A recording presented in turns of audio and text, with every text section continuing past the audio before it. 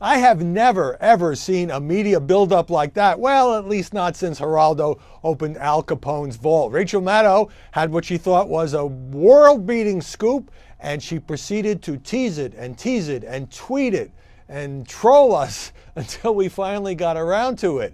As the world knows by now, Rachel Maddow on her MSNBC show was able to show 2 whole pages of Donald Trump's tax returns from 2005. She got this from a former New York Times reporter, David K. Johnston, who says it just arrived in his mailbox. He took it to Rachel, and then Maddow started tweeting about it on Tuesday night, and there was this big buildup. And then she comes on the air in her primetime program, and she does a rambling 20-minute, far-reaching, here's everything we don't know about Donald Trump's taxes, and if we looked at this and we don't know about that, and it could shed light on this, and it goes on and on and on. And finally, we come to a commercial break, and she says, oh, we'll be right back with the tax returns. By this time, Twitter was going nuts.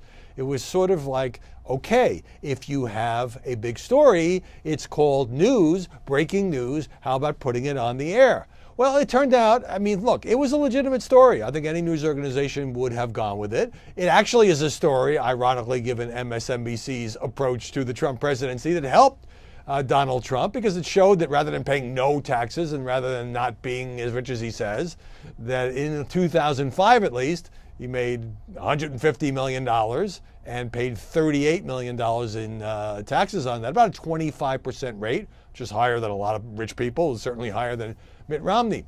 But the thing is that had Maddow just played it straight, I think she would have gotten credit for breaking a bit of news, even if it didn't turn out to be cataclysmic news. But it not only took way too long to get to it, but it kind of was a partisan spectacle. I mean, she was just gleeful and almost giddy at times and saying, it's not fake news, I'm real, it's real, here, pinch me. She was so clearly enjoying this that I think it sort of undercut, what could have been her role as a journalist. Obviously, she is a very liberal commentator who cannot stand Donald Trump, but she's very smart and a good broadcaster. I think she really undercut herself.